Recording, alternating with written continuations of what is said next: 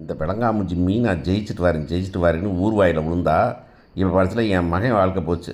மனோஜ் கல்யாணம் நின்னதுக்கு காரணமே இவ ஜெயிச்சுட்டு வந்தது தான். இவ என்ன பண்ணாலும் என் வீட்டில் வந்துக்கிட்டு நெகட்டிவாக தான் நடக்கும். எனக்கும் என் மகனுக்கும் அப்படின்னு இந்த அம்மா பேச, உடனே அண்ணாமலை என்ன பேசிகிட்டு இருக்கிற நீ? மீனா ஜெயிச்சதுக்கும் இதுக்கு என்ன ஏங்க ஒவ்வொருத்தர் இது பண்ணுங்க கண்ணு போட்டுருப்பாங்கல்ல, இவ ஜெயிச்சிட்டா என்ன இப்படி வந்துட்டு ஒரு ஒரு ஒரு பூக்காரி சும்மா வந்து கோயிலுக்கு முன்னாடி பூ கட்டினவ ஜெயிச்சிட்டா தலைவி ஆயிட்டா அப்படின்னு கண்ணு போட்டிருப்பாங்கல்ல, அந்த கண்ணு இவ்வளோ விட்டுருச்சு.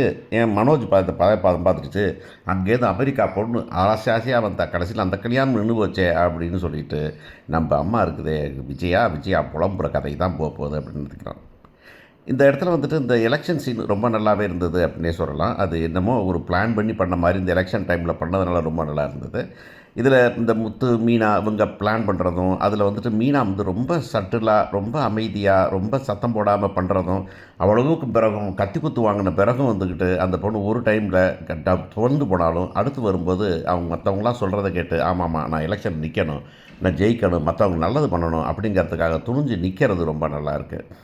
அது என்னமோ தெரில, திடீர்னு ஒரே இந்த இந்த இந்த ஃபோட்டோ பாருங்களேன், எத்தனை மீனாவுக்கு அப்புறம் அந்த பொண்ணு, அப்புறம் இந்த பொண்ணு, அப்புறம் இந்த பொண்ணு, இது போக இந்த 4 பேர் இல்லாமல் நம்ம இந்த இங்கே நிற்கிற இந்த பொண்ணு இல்லை இந்த பொண்ணு இல்லை, நம்ம நம்ம நம்ம நம்ம கல்யாணி எல்லாம் சேர்ந்து ஒரே ஆட்டமாக இருக்குது அப்படின்னே சொல்லலாம் நமக்கு. ஏதோ நிறைய பேர் வந்தாலும் கதையில் ஒவ்வொருத்தருக்கும் ஒரு பங்கு வச்சுருக்கிறதுனால அது பார்க்குறதுக்கு நல்லாயிருக்கு. நமக்கு சும்மாவே சிறகடிக்க ஆசை ரொம்ப பிடிச்சது தான். என்ன இடையில போட்டு ஒரே குழப்பமாகி ஒரே ஒரு வில்லி, அந்த வில்லி தோற்று போகிறா, அது ஒக்கவே மாட்டா அப்படிங்கிறது தான் பெரிய கொடுமை. எத்தனை நல்லது பண்ணாலும், எத்தனை குடும்பம் பண்ணாலும், எத்தனை இது பண்ணாலும், நம்ம வந்து மீனா வந்துக்கிட்டு இதுக்காக பண்ணாலும், மனோஜ் வாழ்க்கையை காப்பாற்றி கொடுத்தாலும், விஜயா மானத்தை காப்பாற்றி கொடுத்தாலும், எல்லாம் பண்ணாலும் நான் மீனாவை எனக்கு பிடிக்காதுன்னு சொல்கிறது கொஞ்சம் மனுஷத்தன்மையை குறைச்சி போயிருக்குதோ அப்படின்னு நமக்கு பார்க்க தோணுது. இப்போ என்ன பண்ணிட்டாங்க, எலெக்ஷன் நின்று வந்துட்டு கத்தி குத்தியாச்சும் குத்துணுன்னு போயிட்டாங்க. திரும்ப வந்துட்டு கட்டாயமாக எலெக்ஷன் என்ன ஆகணும்.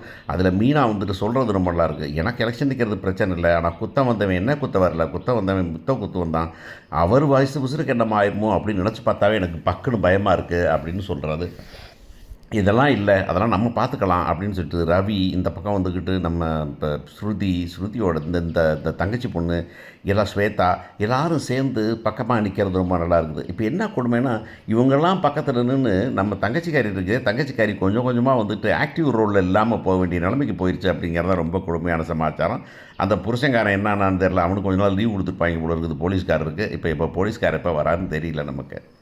சரி, எலெக்ஷன் என்னாச்சு, எலெக்ஷன் ஓட்டு போட்டாச்சு. ஓட்டு போட போகிறதுக்கு முன்னாடியே வந்துட்டு இவங்கெல்லாம் வந்துட்டு அந்த இப்போ எல்லாத்துலேயும் ஒரே கலைபுரம் அதெல்லாம் நல்லா இருக்குது பார்க்குறதுக்கு. ஒரு ரியல் எலெக்ஷன் மாதிரியே காமிச்சிருக்கிறதும், இவங்க வந்துக்கிட்டு பிளான் பண்ணுறதும், கள்ள ஓட்டு போடுறதுக்கு பிளான் பண்ணி சேலையை கட்டிட்டு வர்றதும், சேலையை கட்டிட்டு வந்தாங்க அவனை பிடிச்சி இழுத்து பிடிச்சி பார்த்தா கடைசியில் தாடி வச்சு ஆம்பளையாக இருக்க உடனே அனுப்பிவிட்டு ஓட்டு என்ன போகிறாங்க, ஓட்டு போட வைக்கிறாங்க. கடைசியில் என்னடா டே பொம்பளை கூட்டம் இப்படி கொண்டு வந்திருக்க அப்படின்னு சொல்லும்போது நம்ம நம்ம நம்ம சிந்தாமணி வந்துக்கிட்டு பக்கத்துலேயே ஒரு ஜோக்கரை வந்துக்கிட்டு தன்னுடைய வலது கையாகவும் அப்படியே இடது கையாகவும் வச்சுருக்கிறது ரொம்ப கொடுமையான சமாச்சாரம். அவன் பொண்டாட்டியே மீனாவுக்கு தான் ஓட்டு போடுவான்னு அவனே சொல்கிறான். கடைசியில் அவன் வந்துட்டு தப்பு தப்பாக சொல்லி கொடுத்துட்டு இருக்கான். இப்படி தான் நிறைய பேர் ஏமாந்து போகிறது அப்படிங்கிறதையும் காமிக்கிறது இருக்குது. எலெக்ஷன் நிற்கிற ஆளை தவிர எலெக்ஷன் கூட நிற்கிற சப்போர்ட் பண்ணுறவனா நல்லவனா இல்லைங்கிறப்ப வல்லவனாகவும் இல்லை நல்லவனாகவும் இல்லை வெறும் ஜோக்கராகவே இருந்தாங்கன்னா என்ன ஆகும் அப்படிங்கிறத காமிக்கிறதுக்கு சொல்கிற மாதிரி இருக்குது பார்க்குறதுக்கு. ஸோ எலெக்ஷன்னாக்கம் ஒரு எலெக்ஷன் நிற்கும்போது எல்லோரும் வந்துட்டு ஒருத்தரும் வேறு மாதிரி தான் இருப்பாங்க.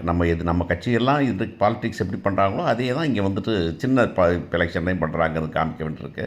கடைசியில் ஓட்டு எண்ணிக்கை முடிஞ்சு போகிறது, ஓட்டு ஜெயிக்க போகிறாங்க, ஜெயிக்கிறோம் யார் ஜெயிப்பா அப்படின்னு பார்க்கும்போது கடைசியில் வந்துட்டு அதில் மாற்றி வழக்கமாக சொல்லுவாங்க இல்லையா, அது மாதிரி மாற்றி சொல்லி கடைசியாக வந்து சிந்தாமணி ஜெயிச்சிட்டாங்கன்னு சொல்லிட்டு எல்லோரும் கொலைபுரமாக இருக்கும்போது ஒருத்தர் உள்ளார் வந்து இல்லை சிந்தாதிரிப்பேட்டை ஓட்டர் அப்பாவே என்னென்ன பாக்ஸே அப்படின்னு சொல்லும்போது, என்னப்பா அது மொத்தம் என்ன 5000 பாக்ஸாக இருந்துச்சு, மொத்தம் 12 பாக்ஸ் தானப்பா மேக்ஸிமம் இருந்திருக்கோம், அதில் என்னப்பா உங்களுக்கு பிரச்சனை அப்படின்னாக்கா, இதெல்லாம் சும்மா ஒரு ஒரு ஒரு ஒரு ஹைப் பண்ணுறதுக்கு தான் அப்படின்னு. கடைசியில் ஓட்டு விழும்போது 12 ஓட்டு வித்தியாசத்தில் அவங்க ஜெயிச்சிடுறாங்க அப்படிங்கிறது தான். உடனே வந்து அம்மா நொந்து நூலாகி போய் தனியாக படுத்து கிடக்குது. போய் என்ன பண்ணுறது தெரியாமல் அங்கேயும் வந்துக்கிட்டு நம்ம கல்யாணி தான் போயிட்டு ஹெல்ப் பண்ண போகிறாங்க. இல்லை ஒன்றும் கவலைப்படாதீங்க, வரல முத்துவை என்னமாவது பண்ணணும் அப்படின்னு முத்துவை அடுத்து என்ன பண்ணுறதுக்கு வழி பண்ணுறாங்க அப்படிங்கிறத பார்க்குறோம்.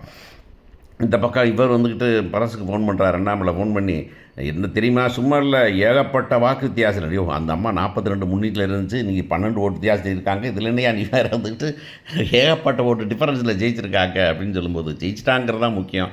உடனே வந்துட்டு சரி வந்துடுறாங்க, வந்தாக்க வாழ்த்து சொல்லுங்கள், உங்களை ஆசீர்வாதம் பண்ணுங்கனாக்கா ஆசீர்வாதம் பண்ண மாட்டேங்க, வேணால் பெரிய எம்எல்ஏ போயிட்டு வந்துட்டா அப்படின்னு. ஜெயிக்க மாட்டான்னு சொன்னவங்க இப்போ எம்எல்ஏ வந்துட்டா அப்படின்னு. கடைசியில் பார்த்தா ஸ்வேதா போய் நான் கூப்பிட்டு வரேன் கூப்பிட்டு வந்து பாருங்க வந்து பண்ணல எனக்கு நல்லா இருக்காதுல்ல அசிங்கமாக போயிரும்ல அப்படின்னு பேசினாங்க.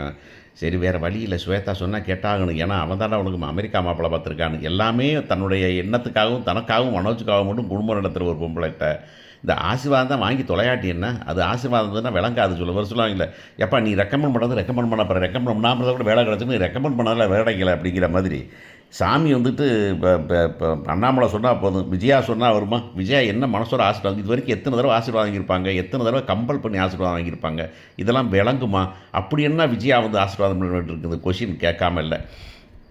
கடைசியில் பண்ணியாச்சு எல்லாம் சந்தோஷமாக இருக்கிறாங்க.